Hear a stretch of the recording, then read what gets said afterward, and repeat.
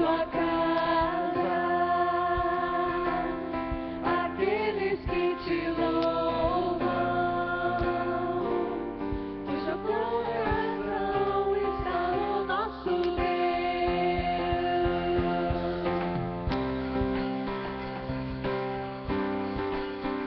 Amém. Vamos louvar a Deus essa noite. Somos bem-aventurados. Amém.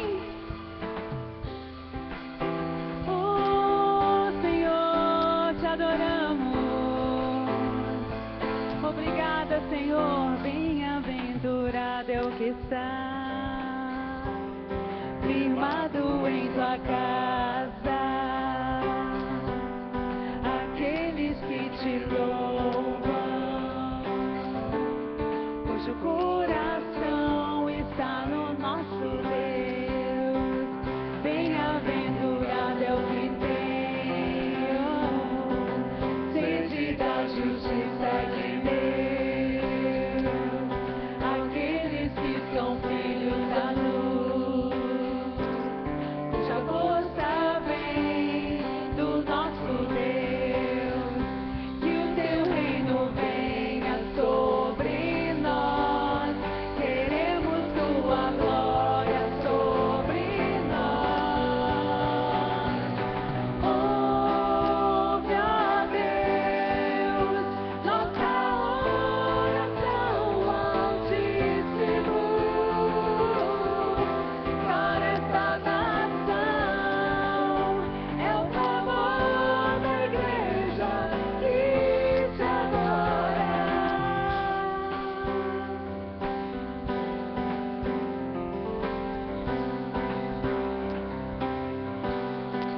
Bem-aventurado é o que está firmado em tua casa, aqueles que te louvam, cujo coração está no nosso Deus. Que o teu reino venha sobre nós, queremos tua glória sobre nós. Ouve, Senhor, ouve, ó Deus, nossa oração altíssimo para esta nação.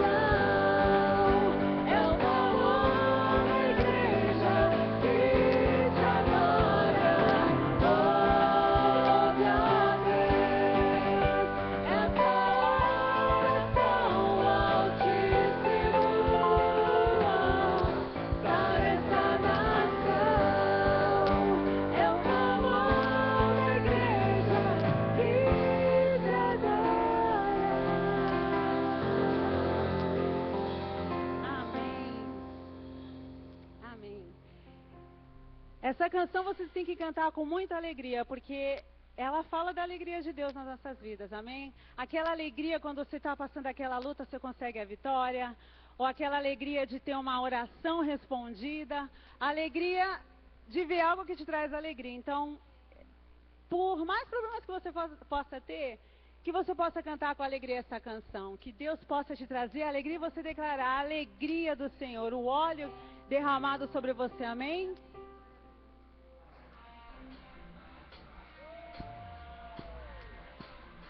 Com as palmas para o nosso Deus.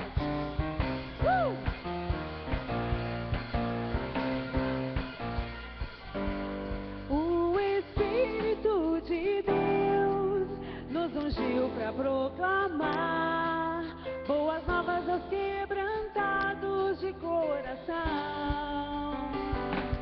Nos ungiu para curar e aos cativos libertar, ministrar aos que estão tristes em Sião. Olhos de alegria, pode dançar também. Vestes de louvor, coroa em vez de cinzas, pra glória do Senhor.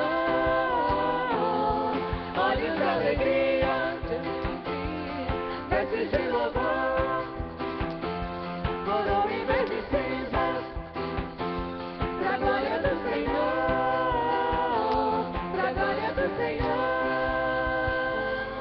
O inverno já passou, a primavera já chegou, já se ouve a voz de Deus como um trovão. Sim, a chuva cairá e em dobro restituirá. Isso é pra você. O que semeou com lágrimas colherá. Olhos de alegria, vestes de louvor, coroa em vez de cinzas, pra glória do Senhor. Olhos de alegria, vestes de louvor, coroa em vez de cinzas, pra glória do Senhor, pra glória do Senhor, pra glória do Senhor. Diz assim pro nosso Deus, amém? Alegria, alegria, alegria, alegria. Olhos de alegria, vestes de louvor, coroa em vez de cinzas, pra glória do Senhor. Olhos de alegria, vestes de louvor, coroa em vez de cinzas, pra glória do Senhor, pra glória do Senhor, pra glória do Senhor. Amém.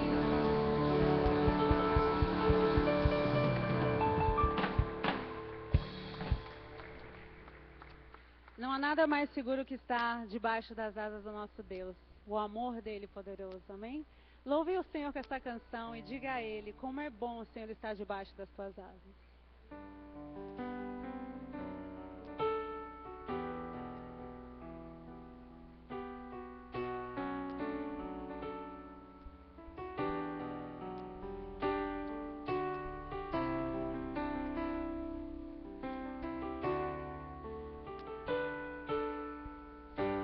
Senhor, eis-me aqui, vem transformar meu ser no fluir da graça que encontrei em Ti.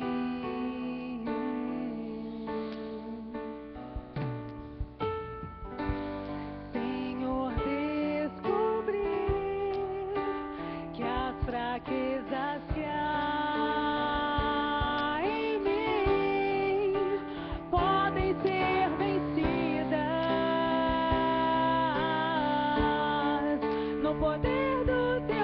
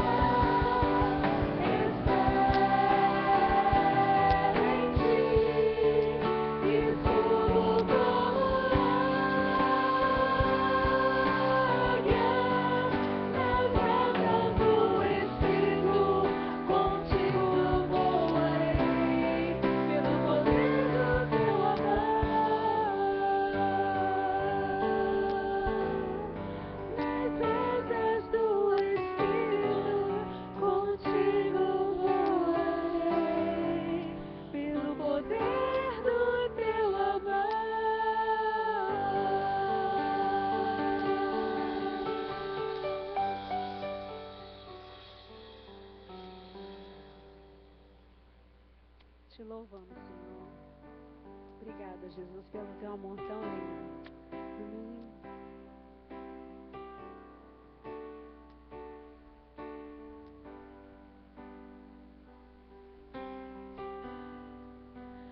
Perto quero estar. Declara isso a Ele. Junto aos teus pés, pois prazer maior não há que me render e te adorar. Tudo que há em mim, eu quero, Senhor, eu quero te ofertar.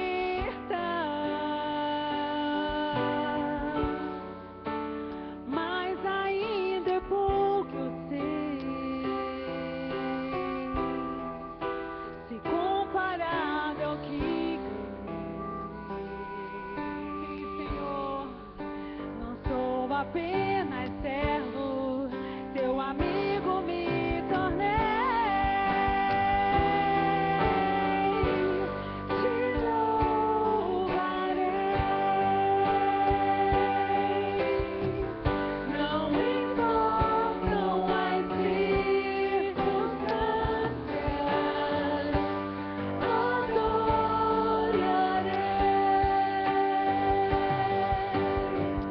Somente a ti, Jesus.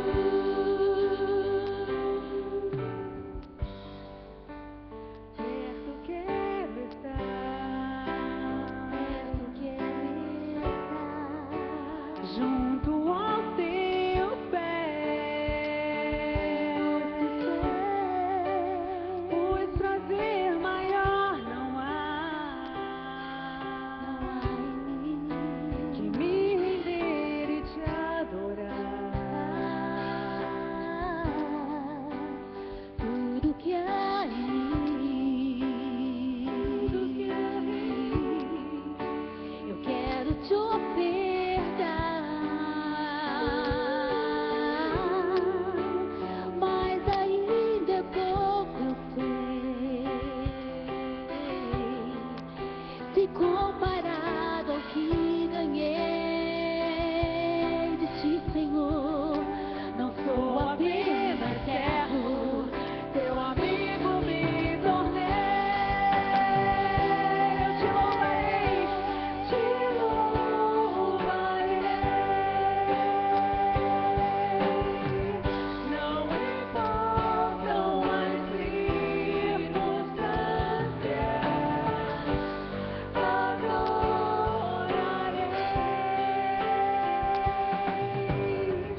Somente a ti, Jesus, eu te louvarei. Te louvarei. Não importam as circunstâncias, adorarei.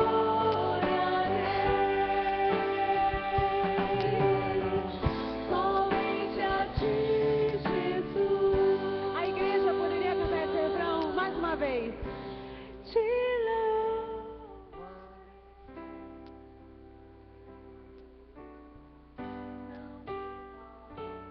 Não importa a tua circunstância, o Senhor está aqui para você adorá-lo, amém?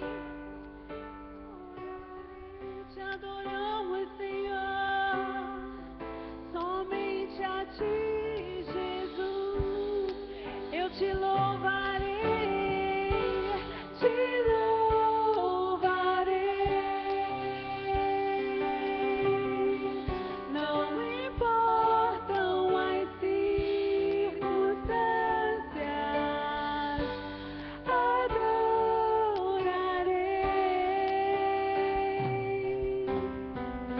Somente a ti,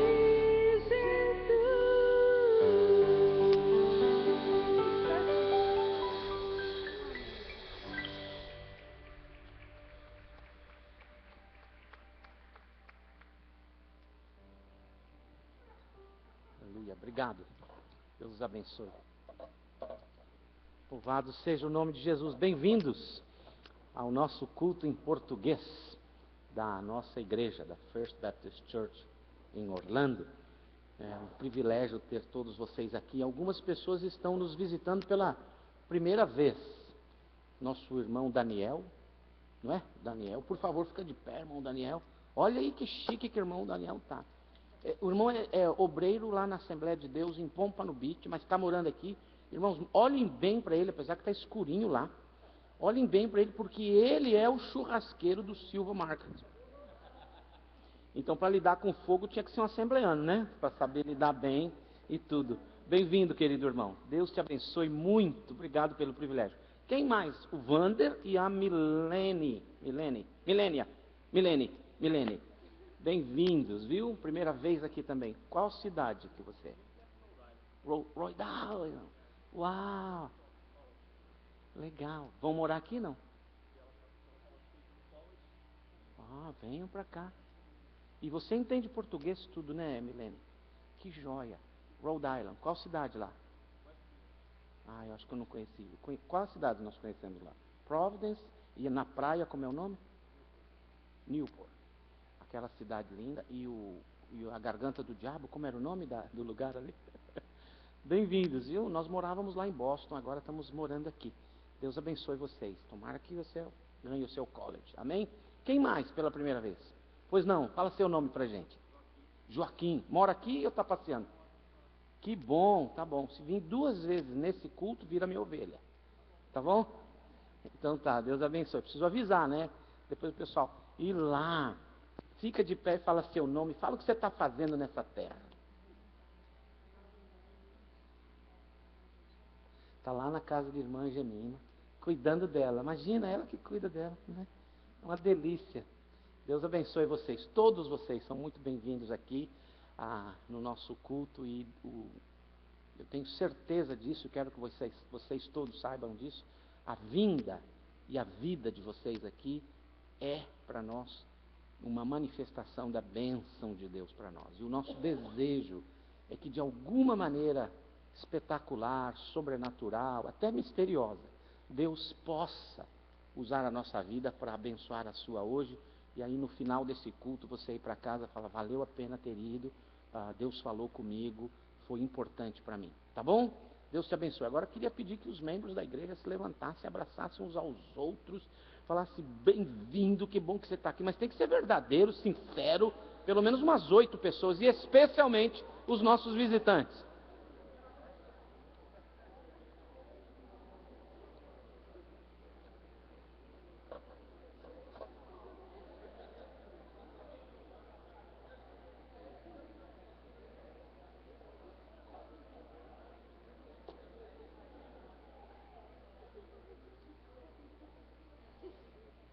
E aí, cara? Bem? Amém? Graças a Deus. Louvado seja o nome de Jesus. Alguém falou para alguém que era férias, que não ia ter culto? Porque cadê o povo, né? Espero que cheguem em tempo ainda. Bem-vindos, viu? Bem-vindos. Tá bom, graças a Deus. Louvado seja o nome do Senhor. Aqui no nosso ministério em português, nós estamos estudando sobre pessoas. As pessoas da Bíblia Sagrada. E nessa semana, eu fiquei olhando para a história de 12 pessoas de uma só vez, os chamados espias de Israel.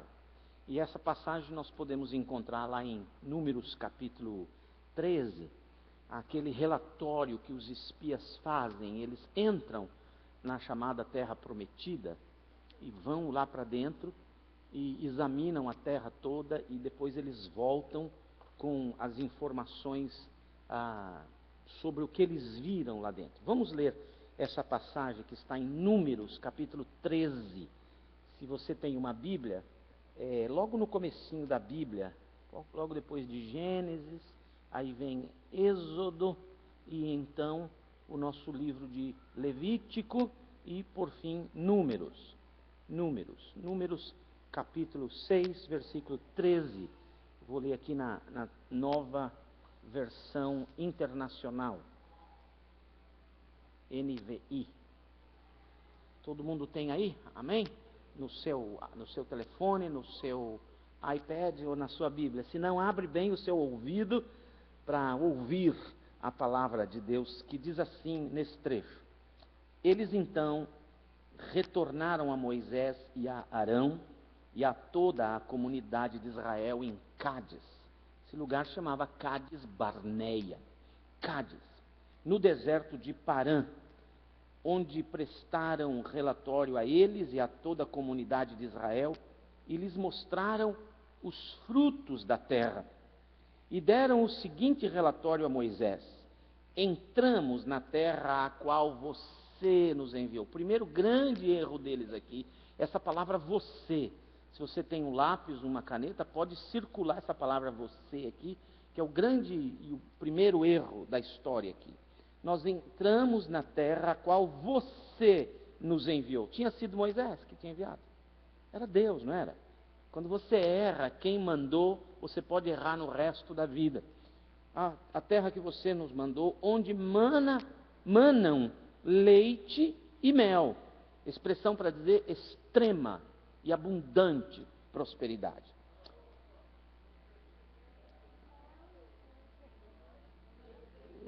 Números 13, versículo 26. Eu falei ao contrário? Poxa, que bênção! Obrigado que você está acordado. É porque eu estava olhando lá, vendo se ia entrar no telão, e aí eu fiquei meio que enrolando o Rodrigo ali, e numa dessa eu mudei. Então volta, capítulo 13, versículo 26. Puxa, que igreja acordada, legal. Muito bom. 13, números 13, versículo 26. Ok? Estamos todo mundo juntos agora? Vou ler tudo outra vez também. E esses 15 minutos que eu perdi aqui, acrescenta no final do culto, tá bom? Ok, que legal. Números 13. Ok, outra versão. Eles então retornaram a Moisés e Arão e a toda a comunidade de Israel em Cádiz, no deserto de Parã. Está todo mundo comigo? Yes! Ok. Onde prestaram relatório a eles e a toda a comunidade de Israel e lhes mostraram os frutos da terra. E deram o seguinte relatório a Moisés: entramos na terra a qual você, esse é o você que eu queria que você circulasse, que você nos enviou, onde manam leite e mel. Aqui estão alguns frutos dela. Continuando, mas o povo de lá vive, o povo que lá vive é poderoso e as cidades são fortificadas e muito grandes. Também vimos descendentes de Enaque. Os amalequitas vivem no Neguebe. Os hititas, os jebuseus e os amorreus vivem na região montanhosa. E os cananeus vivem perto do mar e junto ao Jordão. Então Calebe fez o povo calar-se perante Moisés e disse: subamos e tomemos posse da terra. É certo que venceremos. Mas, dois mas. Tem um mas no 28. Mas o povo que lá vive, o relatório deles. Outro mas, no 31. Mas os homens que tinham ido com ele disseram: não podemos atacar aquele povo, é mais forte do que nós. E espalharam entre os israelitas um relatório negativo acerca daquela terra. Disseram: a terra para a qual fomos em missão de reconhecimento devora os que nela vivem. Todos os que vimos são de grande estatura. Vimos também os gigantes, os descendentes de Enaque, diante de quem parecíamos gafanhotos a nós e a eles. Vamos orar.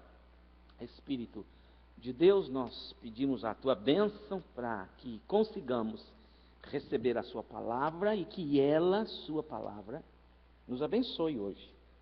Nos ajude a sair daqui avaliando a vida e as circunstâncias da vida por outro prisma que não somente o nosso. Ajuda-nos a sair daqui avaliando a vida não só pelo prisma da horizontalidade, mas pelo prisma da verticalidade, de ver desde o seu ponto de vista e não desde o nosso ponto de vista somente. Nos abençoe, a fim de que a sua palavra nos anime e nos conforte e nos ajude a viver em vitória. É a nossa oração no nome bendito, no nome poderoso, forte de Jesus Cristo. Amém. Amém? Amém. Então, olha, vou repetir, hein? 13, versículo 26 em diante. Muito interessante. O que está acontecendo na nossa história? Deus realiza tremendos milagres nas terras do Egito e promove uma grande libertação do povo de Israel, saindo do Egito, em direção à terra prometida. Se passaram 2 anos, mais ou menos, desde a travessia do chamado Mar Vermelho, a pé enxuto, quando os israelitas estavam ali parados diante da imensidão daquele lago que era chamado de mar, e eles olham para trás e vê nas colinas e no horizonte do deserto a fumaça, a poeira sendo erguida do exército egípcio que vem atrás deles, arrependidos por deixarem-nos partir.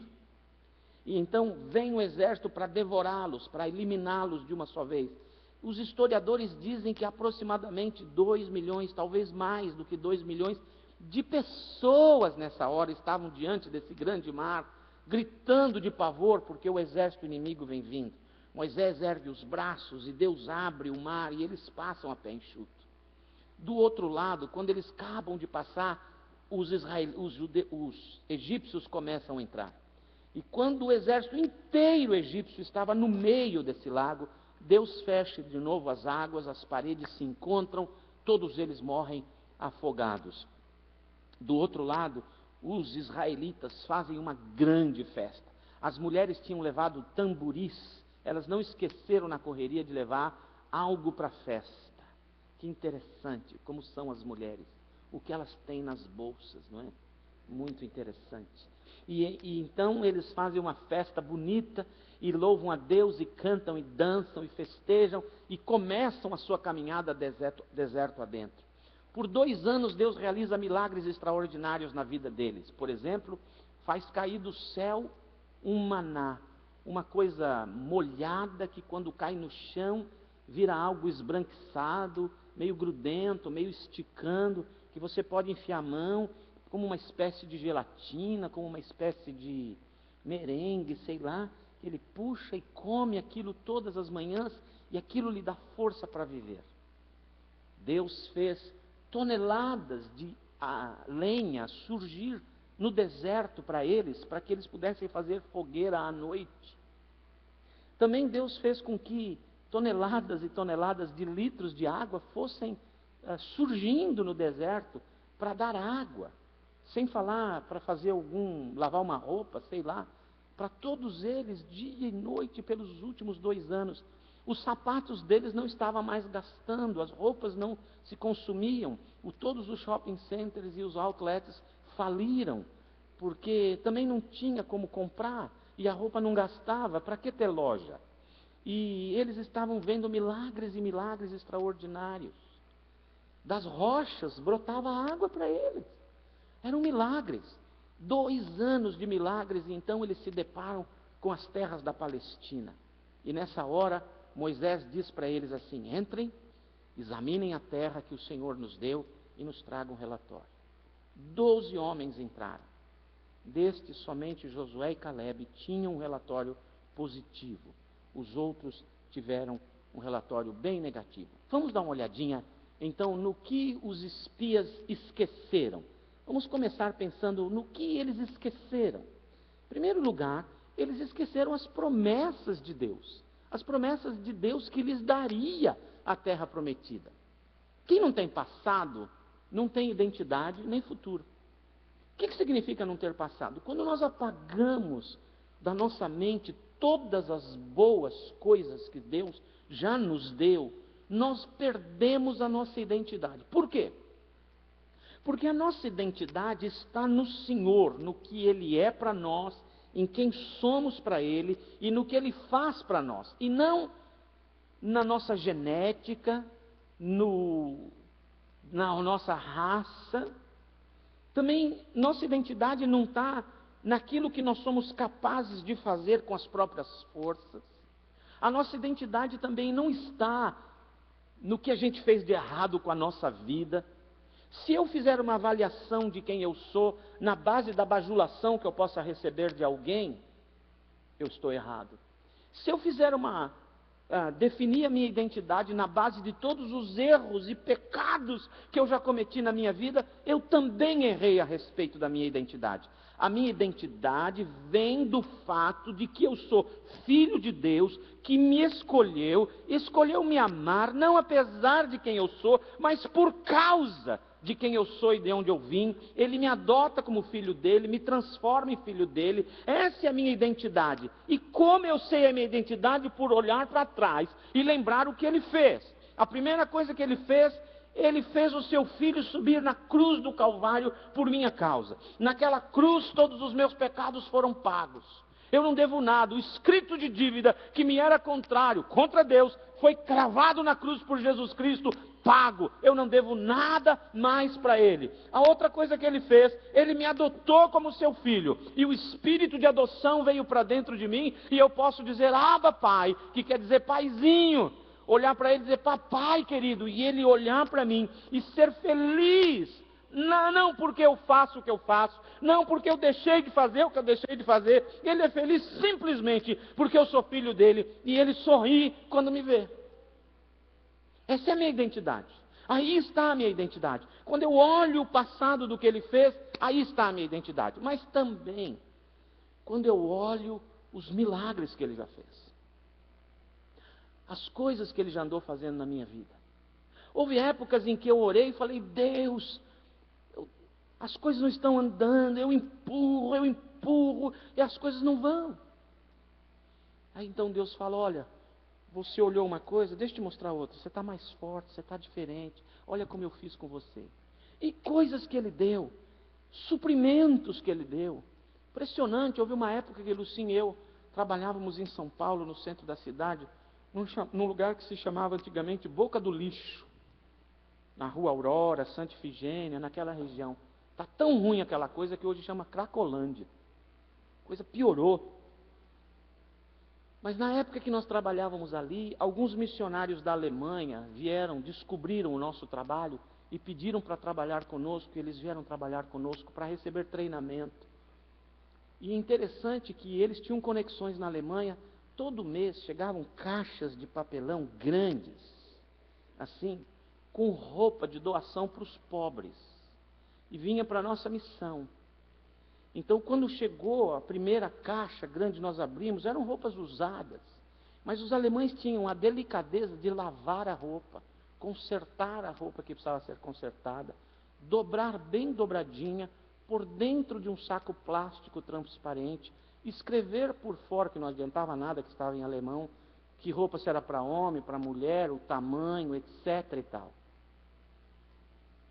Que delicadeza deles. Não era assim, essa roupa não serve mais, manda aí. Está suja, mas não tem... serve. Para quem precisa vai pegar. Não era assim.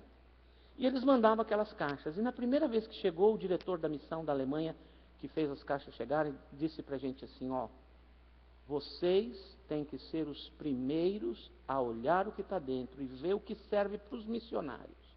E depois, reparte o resto. E nós chamávamos então as caixas de papelão de o mall de Deus, o shopping de Deus. Vinham as caixas, era uma festa. Nossa! Cada cueca que eu nunca quis, meu Deus do céu, que horrível. Mas cada camisa bonita, cada jaqueta de frio, boné, tantas coisas, e roupa de criança, e neném, era o shopping de Deus. Primeiro nós nos divertíamos, e Deus dava, Deus supria, de uma maneira ou de outra. Eu lembro de milagres muito grandes na minha vida. Eu lembro quando eu era seminarista, não tinha grana. Todo seminarista é duro. Todo seminarista, virou seminarista, pronto, não tem dinheiro. A gente chama seminarista lá no Brasil de mendigo de gravata. Sempre é duro, não tem nada. Então eu era seminarista, trabalhava 8 horas por dia numa empresa, ia na faculdade à noite, teológica, ia para casa cansado. E eu lembro que uma vez cheguei em casa e tinha no café da manhã um bolo. faltava uma fatia do bolo. E minha mãe disse, a vizinha me chamou pela janela, falou assim, Dona Nati, nome de mamãe, Nati.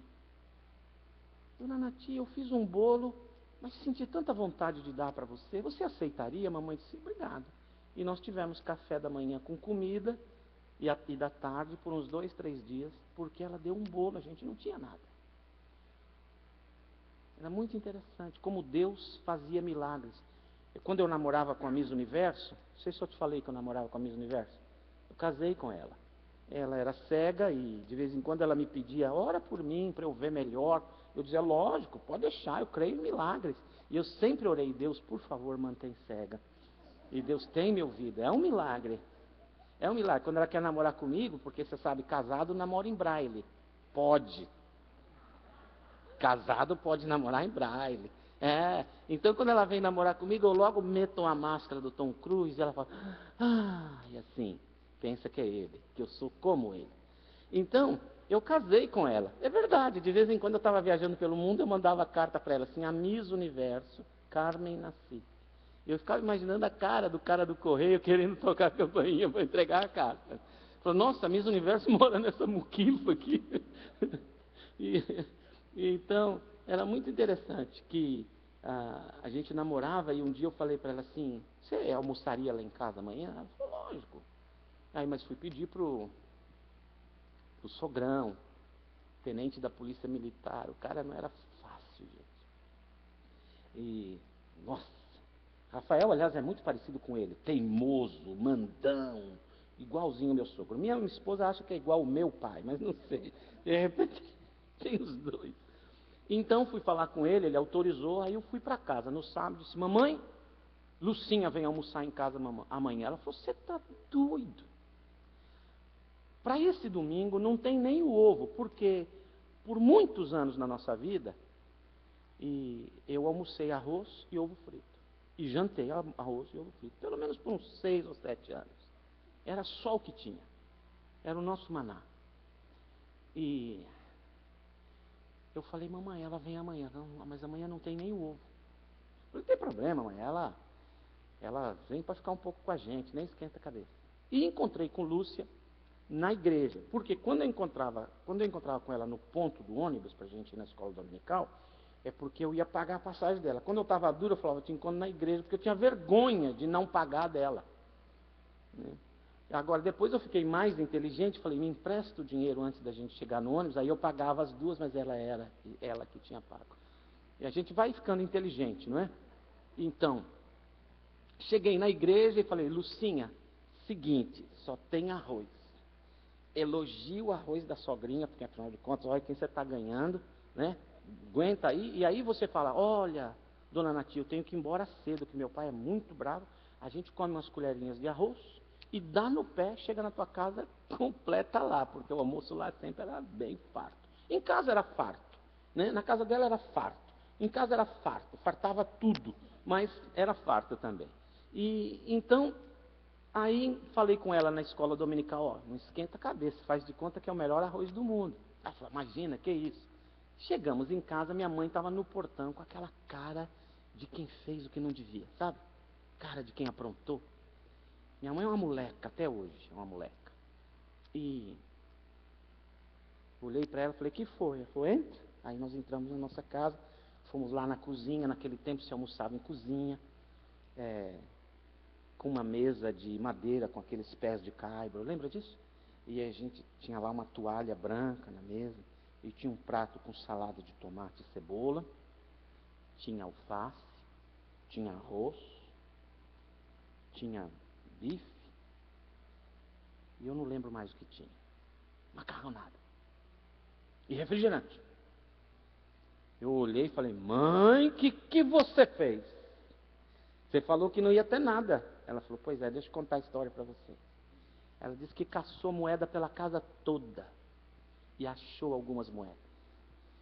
E viu que dava para comprar 2 ovos.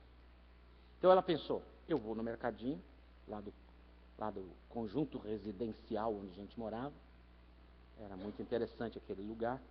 E mamãe foi para o mercadinho, pensando, eu compro 2 ovos, afinal de contas é um almoço de domingo, pelo menos meu filho come um ovinho, e a noiva outro. E eu e o Ney, que é o irmão mais novo, a gente fica só no arroz. Olha como é mãe que pensa, né? E tudo.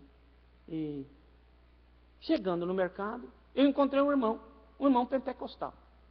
Agora as pessoas me perguntam por que eu sou penteca. Eu tenho várias razões para ser penteca. Encontrou um irmão pentecostal, e que virou para ela e disse assim, irmã Natia, paz do Senhor. Ele disse, paz do Senhor, irmão. Mamãe nasceu para Jesus no Brasil para Cristo. Depois circulou por outras igrejas pentecostais, quadrangular e tal. Paz do Senhor, paz do Senhor. E o irmão virou para ela e disse assim, veio fazer uma comprinha? Ela disse, eu vim comprar só 2 ovinhos. É mesmo? E ela com vergonha disse, vou fazer um bolinho. O irmão falou, tá bom, que joia. E entrou, pegou a cestinha dele, e quando ele deu uns passos para trás, ele fez aquilo que eu adoro em pentecostal. Jesus, aleluia! E já veio para trás assim. Poxa, aleluia! No mercado.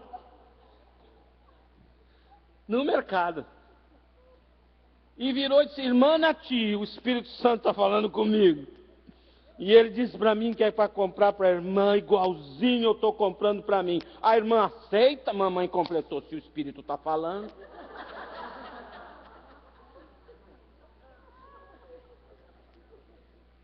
E aí, bota na cestinha dela, 1 quilo de carne para bife e 1 aqui para minha irmã também, e pai, e macarrão. Vai na paz. Aí ela contou a história para ele ficou emocionado, eles se abraçaram e lá estava o nosso almoço. Sabe, quando nós não temos passado, nós não temos identidade. E nós não temos futuro. Por quê? Eu olho para trás, eu não vi a bênção de Deus nunca na minha vida. Eu olho para trás, não sei que Jesus morreu na cruz por mim, que eu fui adotado como filho dele, que ele se alegra em mim, que os meus pecados já foram totalmente pagos na cruz. Se eu não olho para esse passado, eu não conseguirei enxergar o futuro. Eles não viram então os milagres de Deus. As experiências do passado devem nos ensinar e nos animar no presente e lançar os nossos olhos para as possibilidades futuras. Eles se esqueceram de tantos milagres. Pode imaginar o que foi a passagem pelo mar? Pode imaginar o que foi sair água de pedra? Pode imaginar o que é cair comida do céu? Pode imaginar que a roupa não gasta, não estraga, não rasga, não fere, não quebra? Que milagres, algo de sobrenatural, era sobre eles uma nuvem por cima. Durante o dia que mantinha-os na sombra do deserto de 45 graus. De noite ela virava uma labareda de fogo, porque o deserto vai para -20. E eles estavam então aquecidos no melhor sistema de calefação gratuito do mundo. Todos esses milagres, eles esqueceram. Nós erraremos e perderemos as chances de bênçãos e não teremos futuro se nós não olharmos para trás. A outra coisa que os espias esqueceram foi a reafirmação da promessa.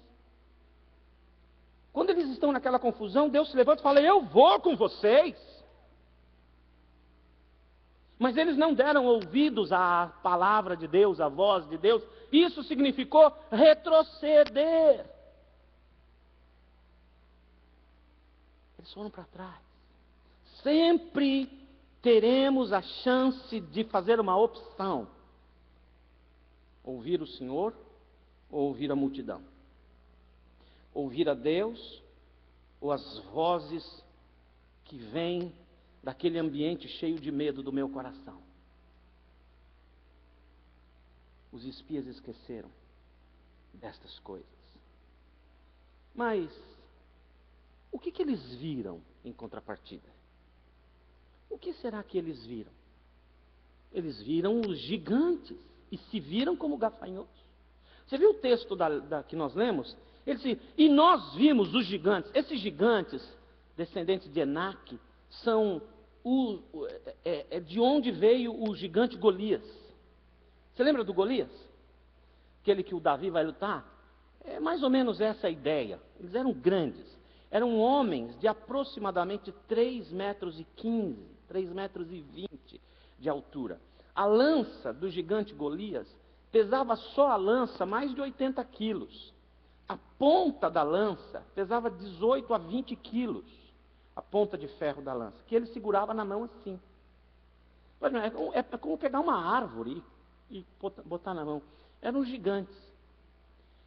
Eles olharam esses gigantes, e quando eles olharam para os gigantes, eles se olharam como gafanhotos. E o pior é que no final do texto, se você lembra, o texto diz assim: diante de quem parecíamos gafanhotos, a nós e a eles. O problema da autoimagem é que quando você pensa que você é pequeno, você acredita que os outros também estão te vendo desse tamanho. E não é verdade, bem provavelmente o povo daquela terra também estava assustado com esses 12 homens passeando por aqui. Quem são eles? Roupa diferente, idioma diferente. Provavelmente eles já tinham ouvido alguma coisa a respeito dos milagres de Deus. Lembra que quando eles estão em Jericó, a Raabe diz para eles: todos nós temos ouvido nesses últimos anos tudo quanto Deus fez por vocês, e todos nós tememos e trememos e desmaiamos de medo quando vocês estão se aproximando. Quando você tem uma autoimagem para baixo, você pensa que os outros estão te vendo assim. Para nós e para eles nós éramos gafanhotos. Não é verdade. Eles erraram. Porque eles deixaram, na verdade, o gigante da incredulidade se tornar maior do que o Deus da conquista. Tinha um chavão que a gente sempre usava, dizia assim: não diga a Deus o tamanho do problema, diga ao problema o tamanho de Deus. Mas é verdade. Mas é verdade. Só que, na hora que o problema aparece, nós ficamos tão desesperados que quase sempre deixamos que o gigante da incredulidade se torne maior.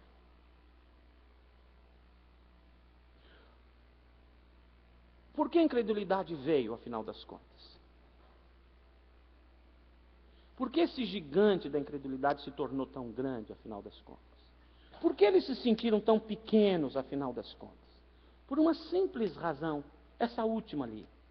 Será que Deus realmente irá conosco? Será que Deus vai?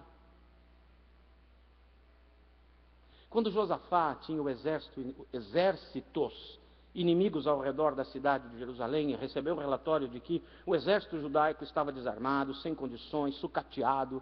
Os inimigos eram muitos, grandes, bem armados em volta da cidade, sitiando a cidade. Ninguém podia sair porque seria morto, e se ficassem, a comida ia acabar, eles iriam morrer de fome, de um jeito ou de outro. Qualquer lado para onde eles olhavam, a situação era morte. Josafá convoca o povo para orar e faz uma oração interessante. Ele diz assim: Senhor, os inimigos são muitos, fortes, bem armados. Nós somos poucos, pequenos, sem armas. Se nós sairmos, eles nos matarão. Se permanecermos, nós morreremos. Essa é a situação, eles disseram ao Senhor.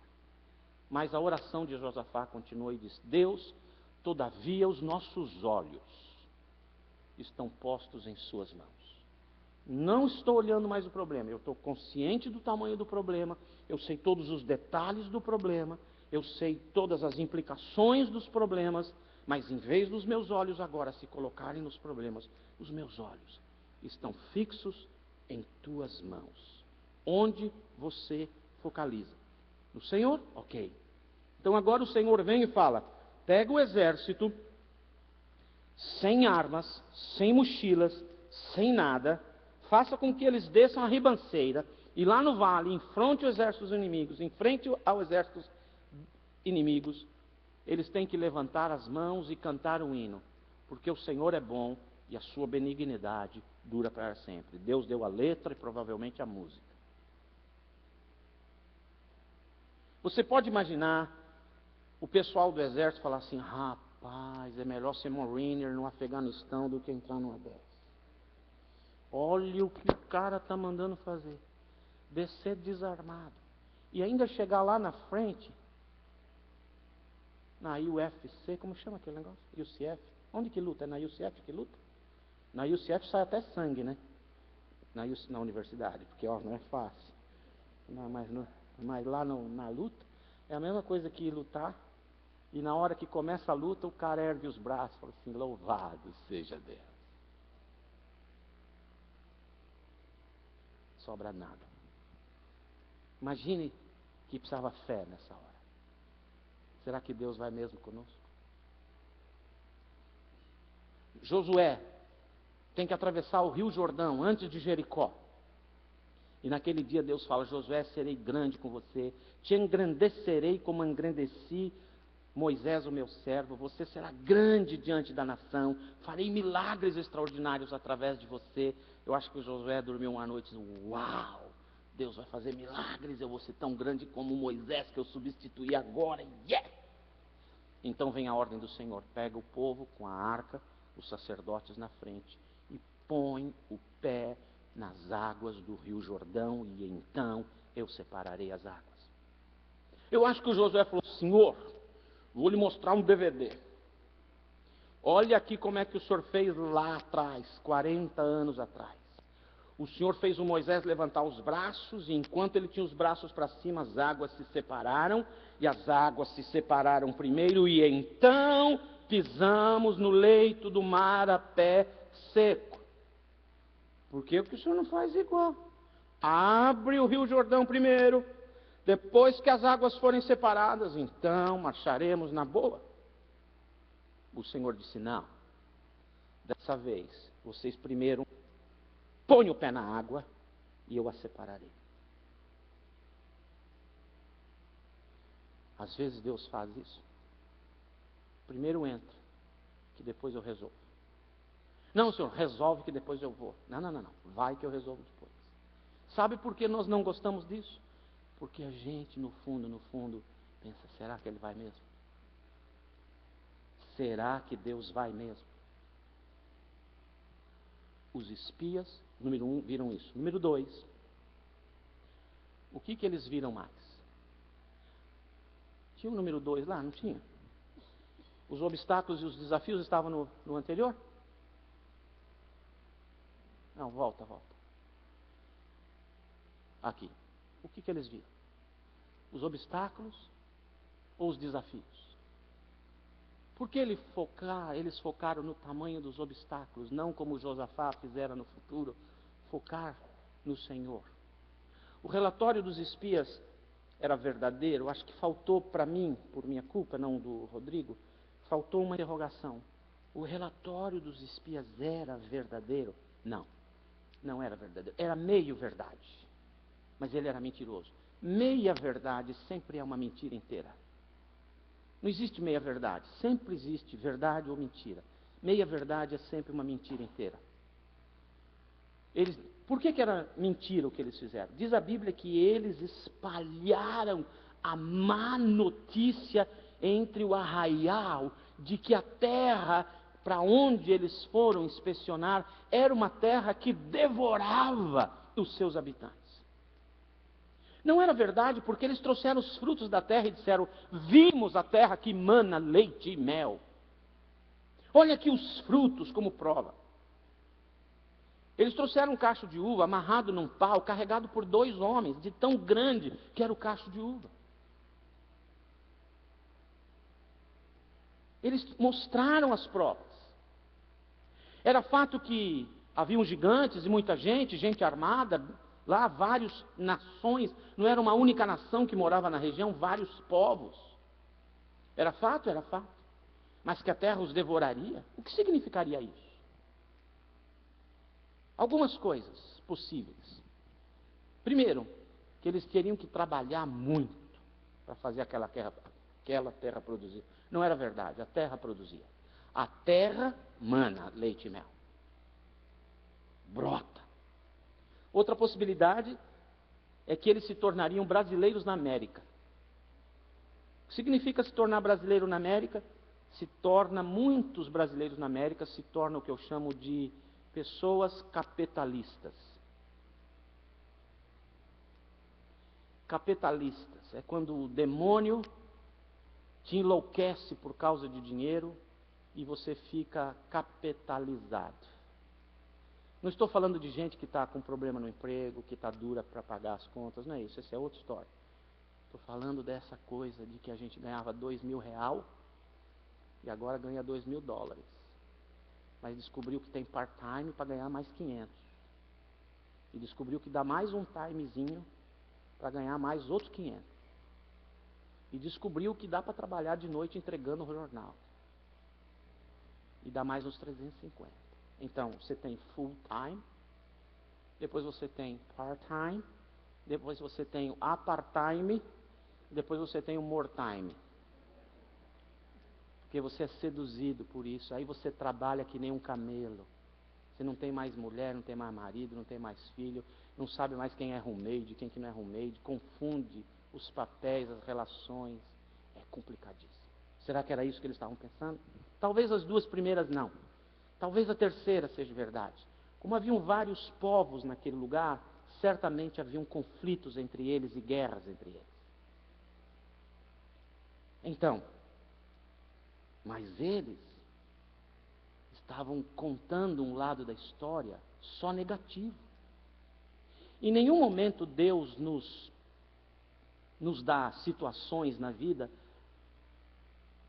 Em quase todos os momentos, as situações em que Deus nos coloca são situações nas quais teremos que trabalhar, teremos que orar, teremos que estar focado, teremos que nos preparar melhor, teremos que lutar. O desafio era grande, mas eles estavam olhando só para um outro lado. Quando focamos apenas no tamanho do problema, deixamos de ver o tamanho daquele que deixou o problema aparecer diante de nós. Ou nos esquecemos do tamanho daquele que está conosco para enfrentar o problema. Para pensar. A Bíblia diz que Deus é onisciente, sabe tudo. A Bíblia diz que Deus sabe todo o nosso passado, sabe todo o nosso presente, sabe o nosso futuro. Detalhadamente. Detalhadamente. Por que Deus não revela o futuro em detalhes para ninguém? Nenhum profeta da Bíblia conseguiu ter detalhes do futuro da vida dele ou da vida de qualquer pessoa. Nenhum. E quando um profeta vem e diz para mim detalhes do que vai acontecer amanhã, eu não ponho um pé atrás, ponho dois, ponho as mãos também. Por que Deus não dá detalhes de cada dia da minha vida futura? Porque Ele me ama. Se Ele me revelasse tudo o que ia acontecer, eu desistiria antes. E se eu tivesse recebido de Deus uma revelação dos enfrentamentos pelos quais a minha família já passou, também antes, aqui, eu não teria entrado lá. Eu teria dito não. Mas depois que eu entrei, as coisas foram acontecendo, os milagres de Deus surgiram, as bênçãos dele na nossa vida, então a gente dá graças a Deus pelo que passou. Eu já disse isso aqui e nunca quero usar isso para comover você, jamais.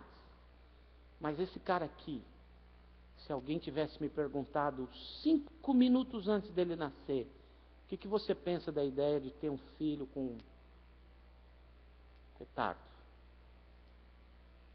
Talvez eu tivesse dito, prefiro o aborto. Talvez eu tivesse dito, prefiro morrer. Talvez eu tivesse dito, sai fora. Talvez eu tivesse dito uma expressão crente, está amarrado. Eu nego essa palavra. Talvez eu tivesse dito tudo isso. Mas ninguém me avisou. Depois que o bacurico veio, que a gente pegou no colo, a gente chorou muito porque não sabia o futuro. Mas um sentimento de gratidão que nasceu junto. E depois de tudo isso, thank you. E depois de tudo isso, ver o que a gente já passou. E esses 28 anos. Ontem, Rafael e eu e as Brunas, onde nós fomos, Rafael? No Jogo do Brasil. No Jogo do Brasil. Saímos de manhã de casa, comemos na estrada, comemos no campo tudo que tinha. Teve jogo? Eu não lembro. Foi uma bagunça. E a gente riu tanto com esse cara. O povo gritando, Brasil! Brasil, e ele sozinho,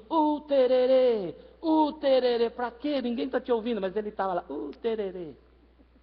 E no intervalo, as lindas, horríveis, mulheres brasileiras que passaram de escola de samba desfilando, e você pergunta, Rafael, o que mais você gostou do jogo?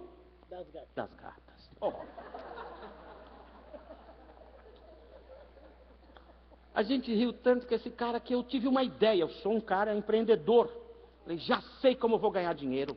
Vou alugar Rafael por uma semana para famílias tristes. $1.000 a semana. E, ó, a mãozinha dele. Gente, que delícia. Mas sabe, presta atenção nisso. Quando você foca no tamanho do problema, você deixa de ver o tamanho de Deus. Quando você foca no tamanho do problema, você se esquece que o Deus onisciente sabia de tudo. E se Ele deixou acontecer, é porque Ele entrou lá com você. Ainda que eu ande pelo vale da sombra e da morte, não temerei mal algum, porque Tu estás comigo. Os 3 na fornalha foram jogados. O rei pergunta, quantos jogamos? 3, estou vendo 4, e um com o rosto como um filho de Deus. O Senhor, quando nos permite entrar em fornalhas ou dormir com leões, Ele se faz presente. Amém?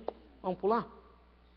Rodrigão, a incredulidade, aprende essa frase, se esqueceu tudo desse sermão, a incredulidade tende a aumentar o tamanho do problema. Mas o mais importante é o que vem depois.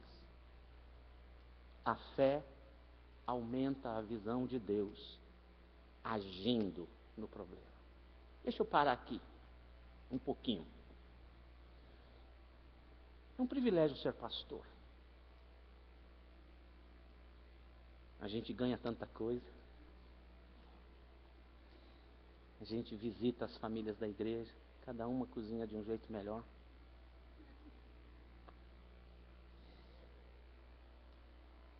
Tem um amigo lá em São Paulo que olha para minha barriga e fala assim, eis aí as evidências de um ministério glorioso.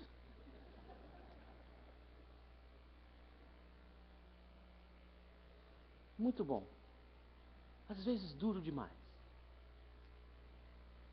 Os últimos 40 e tantos dias foram muito difíceis para mim. Muito difíceis.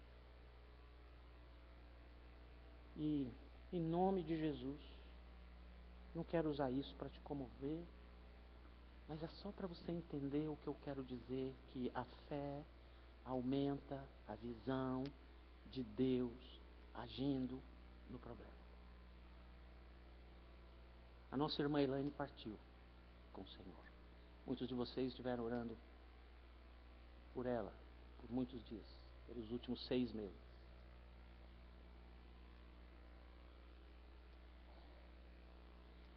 Eu e uma senhora, irmã aqui da igreja também, quase sempre vem, a Mércia, estivemos no último dia no quarto, sozinhos, porque o Ricardo foi à casa buscar a família. E nós estivemos lá no desligar das máquinas.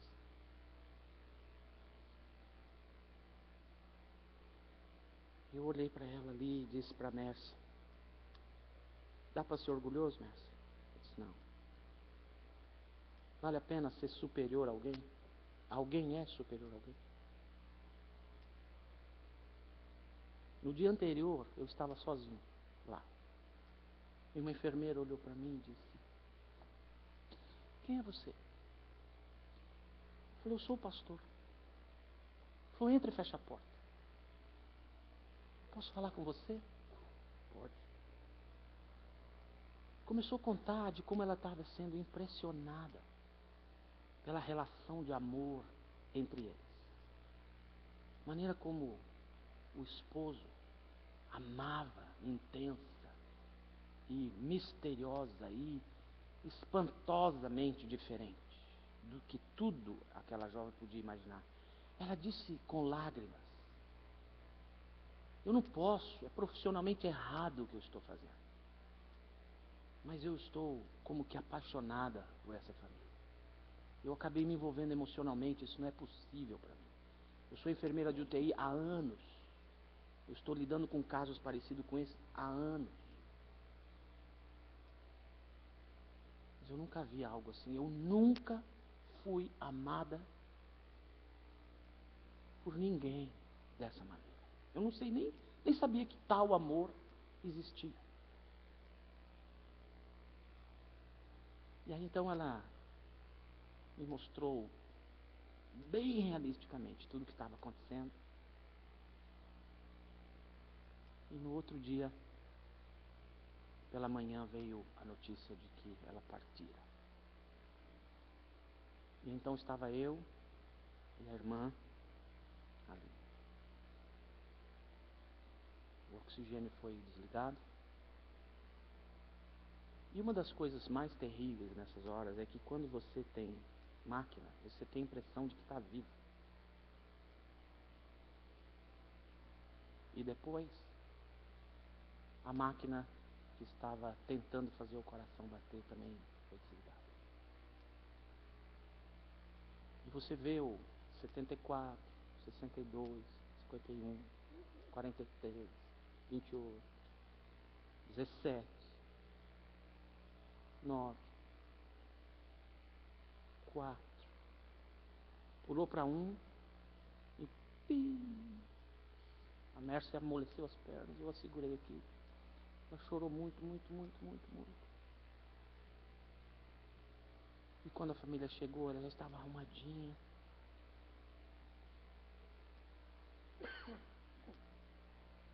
E eu pensei, meu Deus, como eles vão suportar isso? Então chegou sexta-feira, o dia do culto fúnebre. Eu não sabia o que eu ia encontrar. Se havia revolta, negação. E eu encontrei um homem, dono de um caráter, dono de uma fé, dono de um coração, que eu passei a admirar 1 milhão de vezes mais. Ele escreveu uma carta. Não a ela, a nós que estávamos ali, contando a história. E na carta ele disse: eu tanto esperei de você, Deus, e você não fez. Na carta ele disse: você me prometeu a cura. Quando os médicos me disseram não tem mais jeito, eu ignorei, porque pensei, o que esses médicos sabem a respeito da promessa? E você não cumpriu. Você falhou comigo, você não estava lá na hora. E quando essa carta estava sendo lida, meu coração estava sendo derretido. Eu falei, Jesus, e agora? E então ele disse, mas eu fui orar. E Deus falou comigo e disse, meu filho, quem falou que eu não estava lá? Eu estava lá desde o começo, quando vocês começaram a namorar. Lembra? Como ela era linda, a mais bonita da escola, e você é o mais feinho.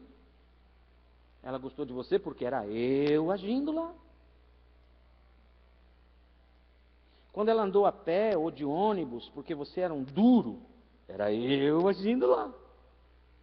E ele começou a lembrar o passado das ações de Deus, que agora ele vê Deus agindo no problema. E o melhor, talvez, não sei, mas eu fiquei encantado com esse pedaço da carta, quando ele disse, ela era um anjo. Ela não arrumava a casa, não atendia telefone, não escrevia e-mail, a casa era uma bagunça, porque ela dizia, isso é coisa de gente, eu sou anjo não faz isso. E em todo o tempo a carta era na primeira pessoa, eu, Deus, estive lá.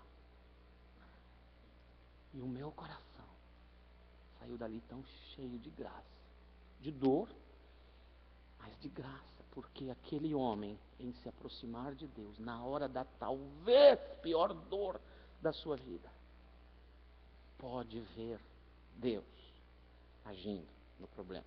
Bora. A inexperiência deles, a falta de armas, a incapacidade de lutar, o que eles julgavam ter, fez com que eles se esquecessem de quem os estava enviando e de quem lutaria por eles. Se Deus disser vai, não importa quem você é, o que você tem ou não tem, a experiência que você tem ou deixou de ter, lembre-se quem enviou.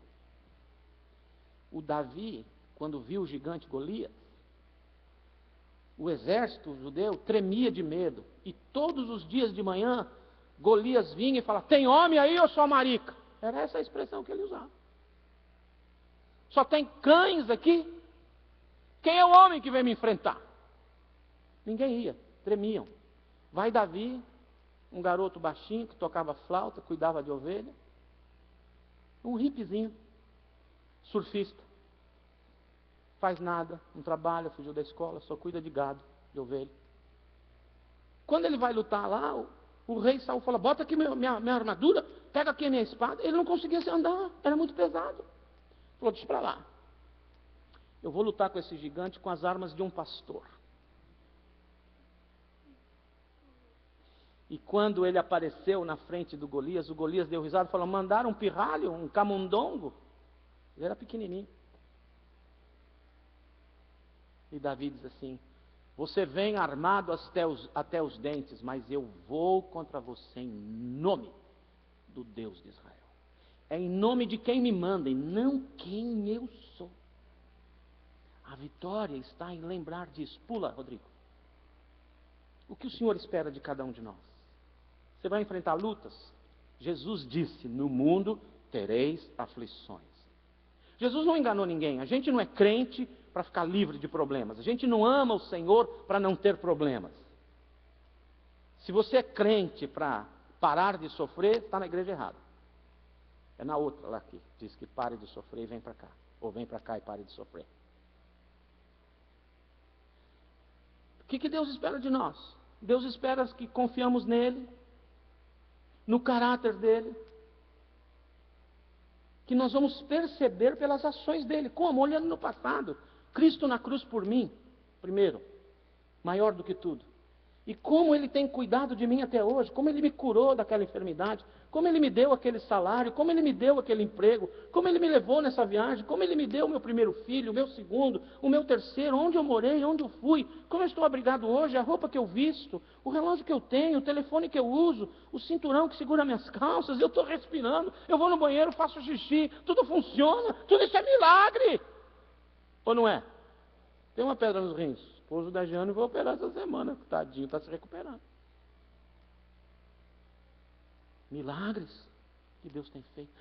Respirei, não doeu para respirar. Sabe o que é respirar, gente? É uma bênção. É uma bênção.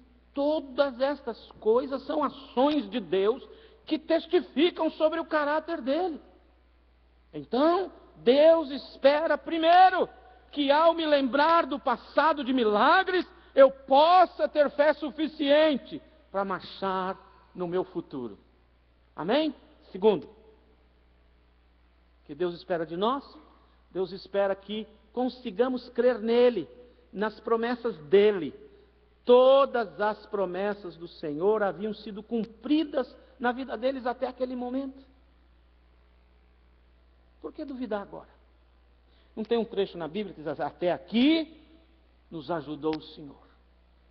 Por que não continuar crendo? Outro dia, Lucinha e eu estávamos conversando. De vez em quando a gente conversa. Lucinha e eu estávamos conversando sobre ter ou não ter casa. Eu gostaria muito de ter uma casa. Eu sei que é do banco, mas eu gostaria que fosse minha.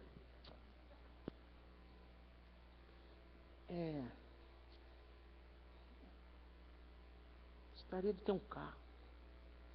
Sim, meu estilo, Wrangler, Rubicon, 2 portas, cabine dura, roda grande. Eu ia botar um adesivo: dura vida no meio da lama. Porque esse carro para entrar na lama, a gente nunca entra. Mas, eu tenho os meus sonhos de idiotas. Queria tê-los. E aí, Lucia e eu conversando, tem casa, não tem casa? E ela deveria se chamar Amélia. Amélia, que era mulher de verdade, achava maior graça não ter o que comer. Amélia era doida. É uma mulher enlouquecida. Se você tem uma Amélia, repreende, não é de Deus. Lucinha disse para mim assim: amor, não faz diferença. A gente já tem vivido tão bem. Faz diferença. Se der, amém. Se não der, tá tão bom. Porque Ele já cumpriu tantas promessas. Por que a gente deveria duvidar de amanhã? Estou para aposentar. Sabia que eu estou para aposentar? Estou para aposentar. Em dezembro, dia 9 de dezembro, marque o dia.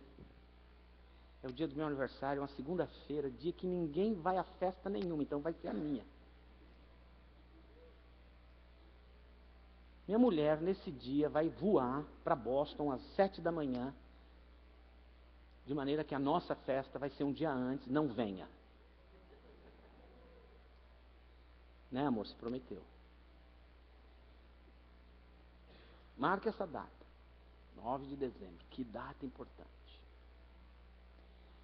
Vai ter festa, não tem mulher, vai ter festa de que jeito? Ela que faz bolo, ela que faz comida.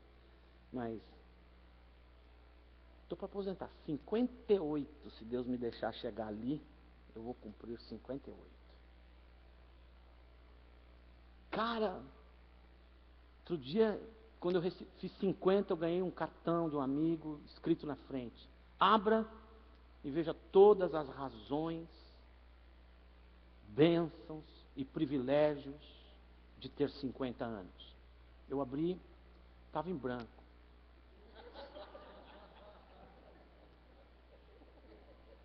"58 é uma marca que me aproxima dos 60. E nos 60 eu vou lembrar dos 65, que é quando eu quero me aposentar. E uma antagônica pessoa, irmão meu em Cristo, um hispano, me lo dijo, pastor, neste país são com 66, 67. Falei, está amarrada essa palavra. Mas eu queria me aposentar aos 60, para a cabeça ainda funcionar, para o corpo funcionar a cada 2 meses, né? Sabe, um passeio, jogar um futebol. O que você está pensando? Por que duvidar? Poxa, ele cuidou da carcaça até agora. Te vira Deus, que eu estou andando. Creia no seu futuro por causa das promessas já cumpridas no seu passado e no seu presente. Pula. O que Deus espera de nós? Espera que acreditemos nele, que Ele sempre está conosco. Eu acho que esse é o segredo de tudo. Acho que esse é o segredo de todas as coisas na minha vida. A presença dele é uma constante. Deus foi comigo com o Rafa, no carro, até Miami, apertado no banco, não reclamou nada. Pensa que ele não está conosco? Ele está sempre conosco. Eu vou te contar uma coisa. Lívia está aqui? Não, não foi a Lívia, foi uma outra moça. A moça de Lowell, você está aqui? Como era o nome dela? Aquela moça de Lowell que ligou para a gente uma vez, que o marido é caminhoneiro. Você está aqui? Sharon, Sara, por aí. Ela veio 2 ou 3 vezes no nosso culto, ela mora lá em Kissimmee. Lembra dela, Rodrigo? Até chegou a conversar com você e com sua esposa. E ela tem 2 filhos. Oi? Alessandra, será que é? E não lembra, ela tem 2 filhos. E o menorzinho, faz uns 2 ou 3 domingos, estava aqui na igreja e disse assim para a mamãe: Mommy, now I know, God's real. E ela falou em português para ele: lógico que Deus é real, meu filho. Por que você está me dizendo isso? E ele apontou na minha direção e falou: eu estou vendo ele lá. Ó. A mãe disse: filho, esse é o pastor. Falou: Mommy, I know, but beside him, God is there. Can you see? Uau! Deus está lá, eu estou vendo ele do lado do pastor. Meu Deus, a gente sabe, Emanuel, Deus conosco, mas ouvir isso, Eu fui para casa nas nuvens. E aí quando eu fui deitar, falei, Deus, domingo que vem me avisa o lado para eu não bater no você na hora que eu abrir o braço.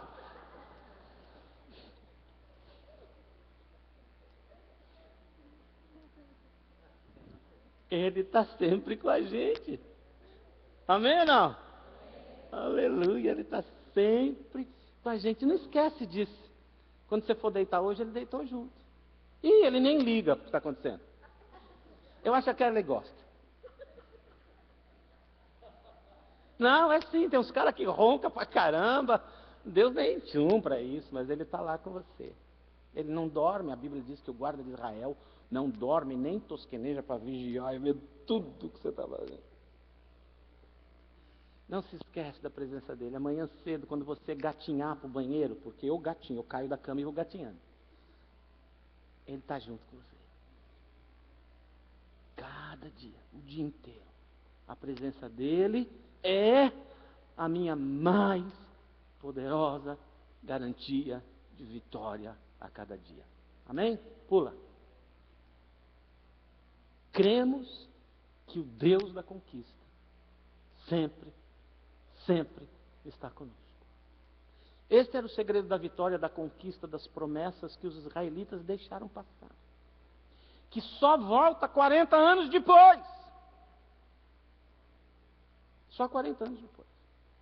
Porque naquela hora eles não creram, eles se esqueceram, eles duvidaram, o gigante da incredulidade foi maior, a autoimagem deles era destrutiva, eles eram gafanhotos, achavam que eles também os viam como gafanhotos, essa terra devora as pessoas que vivem aí, não vamos entrar, e não entraram. Sabe o que Deus diz no capítulo 14? Destruirei toda esta geração, e Ele destruiu.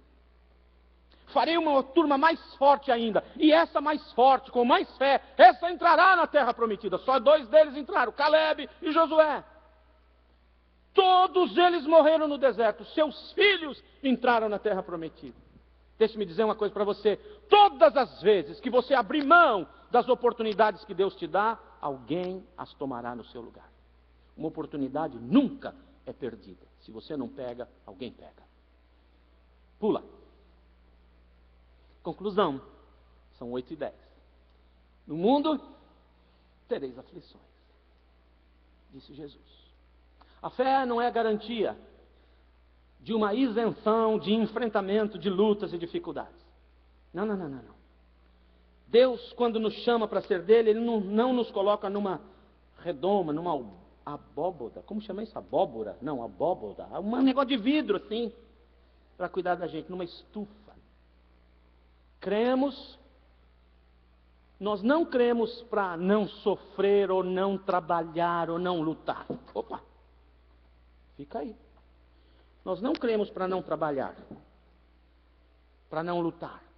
Eu vou entregar minha vida para Jesus, que os milagres vão despencar sobre a minha cabeça. Eu vou ficar sentado na minha sala vendo a prosperidade acontecer, só contemplando a vitória dos crentes e a derrota dos ímpios. Para com isso. Isso não é religião, isso é feitiçaria. Isso não é de Deus, não. Onde você achou isso? Nós somos crentes, não para ficarmos isentos de lutas. Não.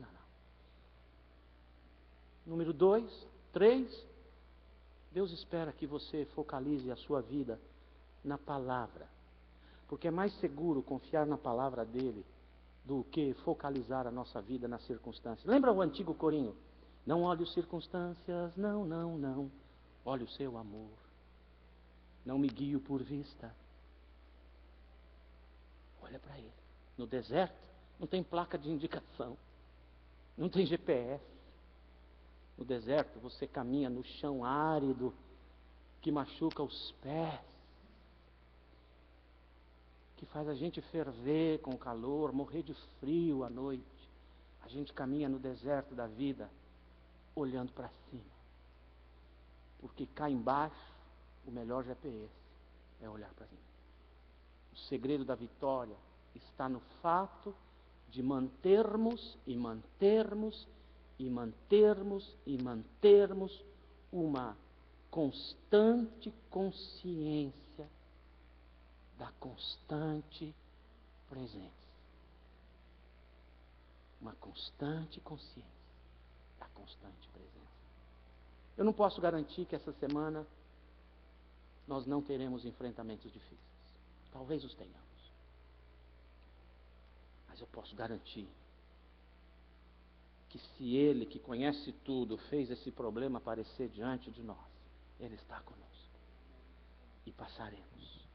De uma maneira ou de outra, perceberemos, como meu amigo Ricardo percebeu, Deus agindo no problema. Feche seus olhos. Senhor Jesus, quero te louvar e te bendizer nessa hora, te glorificar, exaltar o seu nome, te dar glória, louvor. E pedir, Espírito de Deus, me ajude os meus irmãos que estão, quem sabe, diante de enfrentamentos dificílimos, de obstáculos enormes.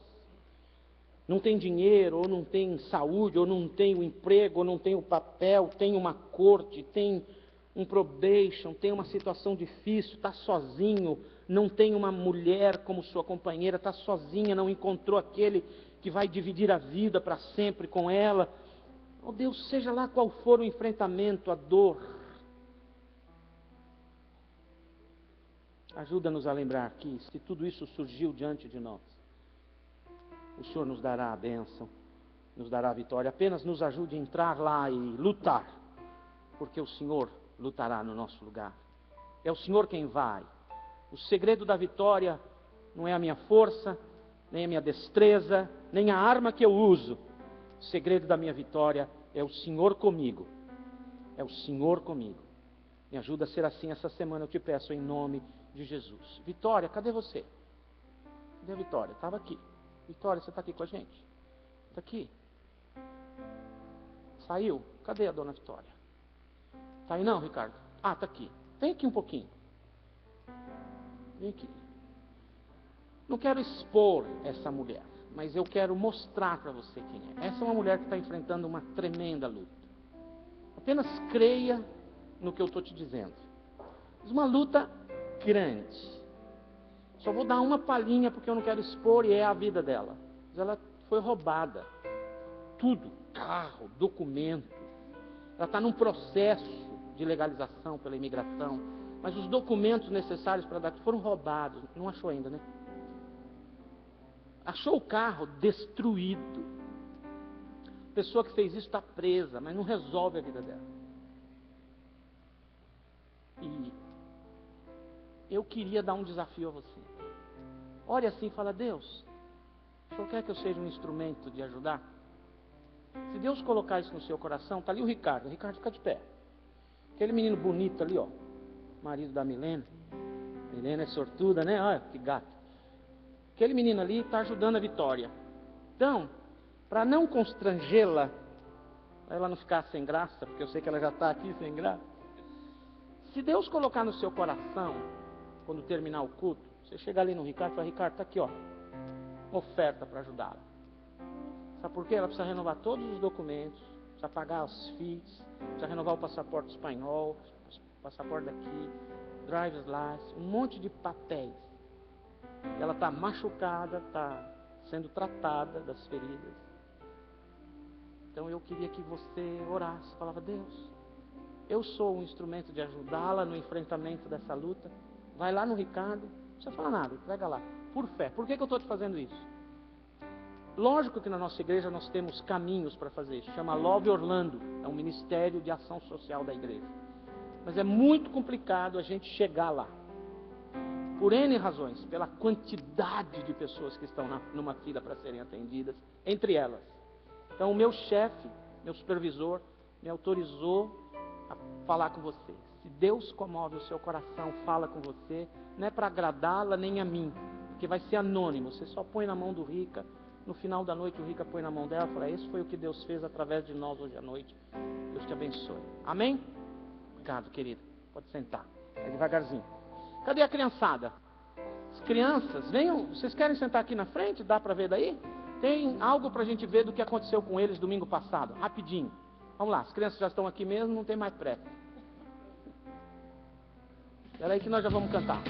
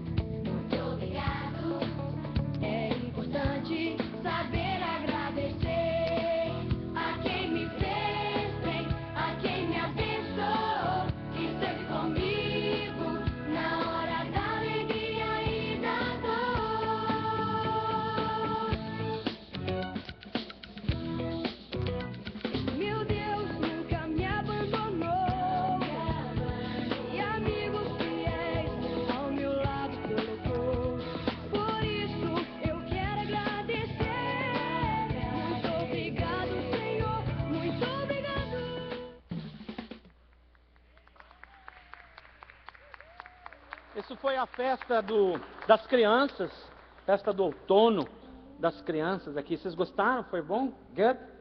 Okay. You'd like to have some party more?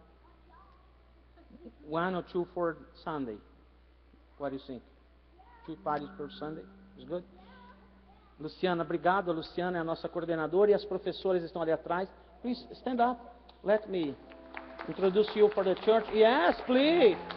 Yeah. Look there. Thank you. God bless you.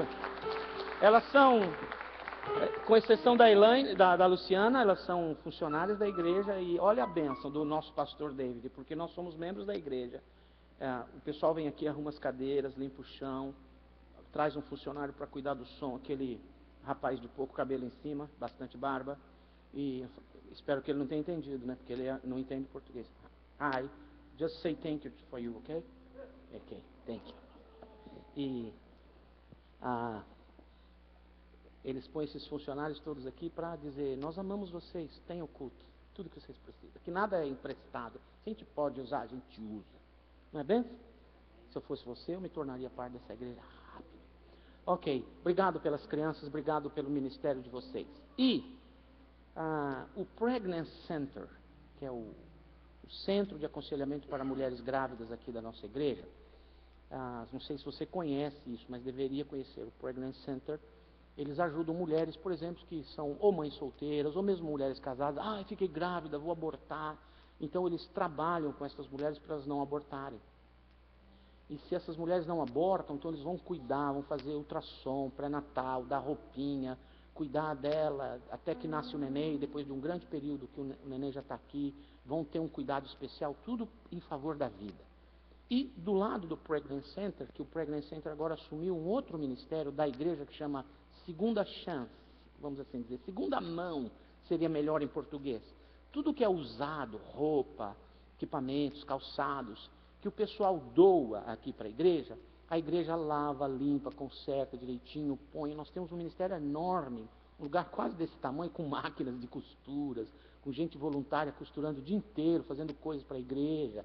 Essa igreja tem vários ministérios que você não pode imaginar, que faz pela comunidade. E então toda essa roupinha vai para uma loja que está na esquina aqui, que está escrito lá Second Chance. Acho que é assim que chama lá, né? Não é isso? Então, está tudo lá para ser vendido por $1, $2, para o povo aqui da região que é pobrezinho, e muita gente vai lá. Só que, tanto o Pregnancy Center, o Counseling Center e esse lugar, o Second Chance, precisa de ser limpo. Mas faxina, daquelas que só brasileiro sabe fazer. Não é faxina de americano, que pega paper towel, espirra um negocinho e passa. Amazing. Amazing nada. Amazing nada. É raspar sujeira, gordura, varrer, jogar coisa fora, deixar limpo, cheiroso, bonito e bem decorado. Então está ali a Santa Rosa. Santa Rosa, faz assim, que ali do outro lado é a Santa Luz. A Rosa, você procure a Rosa e fala, Rosa, conta comigo, quando é que é para ir limpar lá? Pronto, tá bom? E alguém vai estar coordenando esse projeto de limpeza. Amém? O que eu esqueci? De avisos. De acabar o culto, minha esposa fez sim, acabou. Oi? O Thanksgiving. Se você quer ir ter um Thanksgiving barato e bom, não sei se isso existe, mas me falaram assim, barato e bom. Lógico que tem. No Vitórios Restaurante, eles estão fazendo um deal especial com a igreja. Se você quer um jantar, é jantar ou almoço, Rosa? 6 horas da tarde vai ter um jantar de Thanksgiving lá. Então, eu quero ir num lugar, levar minha família, não vai dar para fazer em casa. $12. E é muita comida. Gente, é muito mais barato do que comprar e fazer sem pensar em tudo de fazer. Reúne a sua família, os seus amigos, vão lá no Vitórios, converse com a Rosa, ela vai te dar a dica de como é que você faz para obter esse preço que eles estão fazendo para esse dia e você tem um jantar bem agradável junto com seus amigos. Amém? A Ana e o Duda estão aqui? Eles não vieram ou estão na cantina? Eu precisava deles aqui, mesmo que atrás do culto. Então eu vou fazer lá na cantina. Então vocês vão me fazer uma coisa. A Ana e o Duda, eles estão hoje voluntários na cantina. E eu queria que eles estivessem aqui, não vai dar tempo, já é 8h30, 8h20, 8h15, 8h10. Então, eu queria orar com eles, porque e eu quero fazer isso com cada família da igreja, uma vez por fim de semana, se Deus quiser. Eles acabaram de abrir o restaurante próprio deles, lá em Kissimmee, e eu queria que todos nós soubéssemos onde é e frequentássemos lá para dar uma força para eles. Você sabe, quando você está na estrada, que restaurante você para? Onde está cheio de caminhão. A comida é boa. Então, estão aqui, vem aqui. Então eu queria que eles chegassem aqui na frente. Está aqui o Duda, a Ana, são da nossa igreja, são recentes. Cadê a Maria e a... Maria está na cozinha. Maria está na cozinha. Maria fez aniversário esses dias, não foi? Então, eu queria que a gente orasse. Você concorda que a gente peça a Deus que eles sejam prósperos nesse restaurante? Amém? Que eles ganhem muito dinheiro lá, que ele cresça muita gente. Amém? Amém mesmo? E eu já estou propondo publicamente o próximo chá de mulheres fazer lá. O encontro de homens, fazer lá. Né? Cada um paga o seu, prospera eles e a gente é feliz. Amém, gente? Então, eu queria que você colocasse suas mãos para cá. Trouxe bastante cartão? Então, lá na cantina, você pega o cartãozinho para você saber onde é e ir lá comer o melhor cachorro-quente que tem em toda a Central Flórida.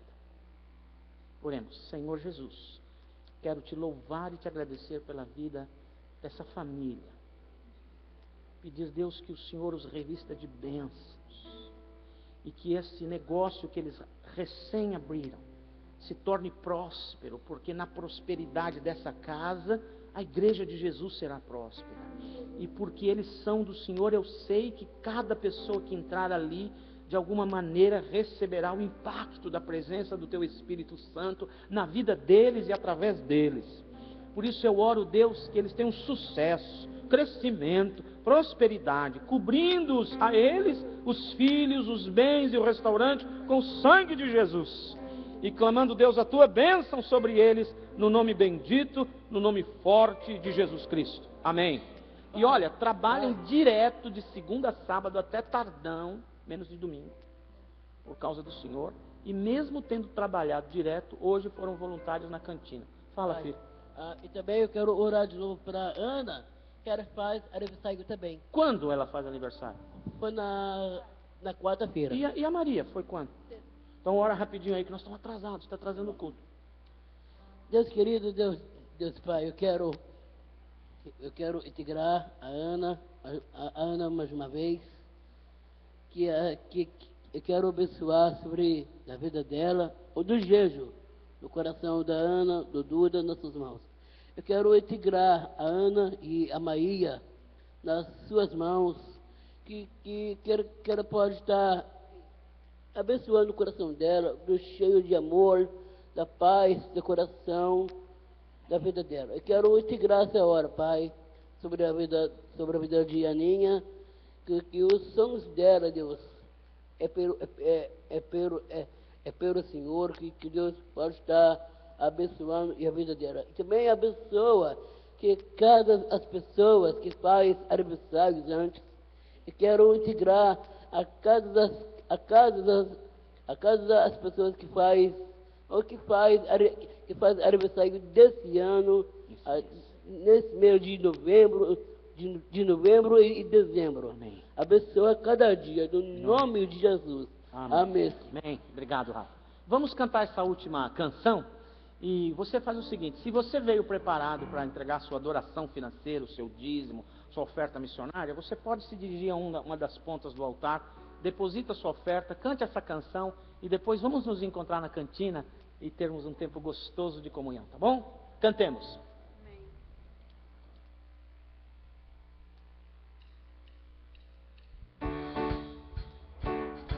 As palmas para o nosso Deus também. Pode se colocar de pé se você quiser. Pode dançar também. Aqui é tudo para o nosso Deus.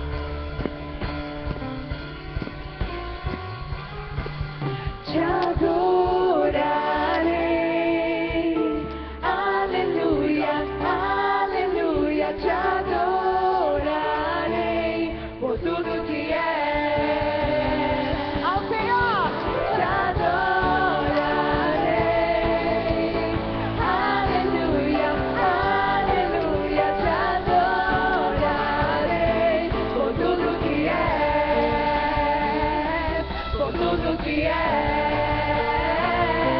por tudo que é. Deus é bom. Glória a Deus. Amém. Louvado seja. Ô, glória, saiu fogo nesse trompete hoje. Glória a Jesus. Amém. Deus te abençoe. Tenha uma semana rica, gostosa, com lutas, mas com a presença dele, portanto, vitórias. Vai na bênção, vai na paz. Nos vemos na cantina.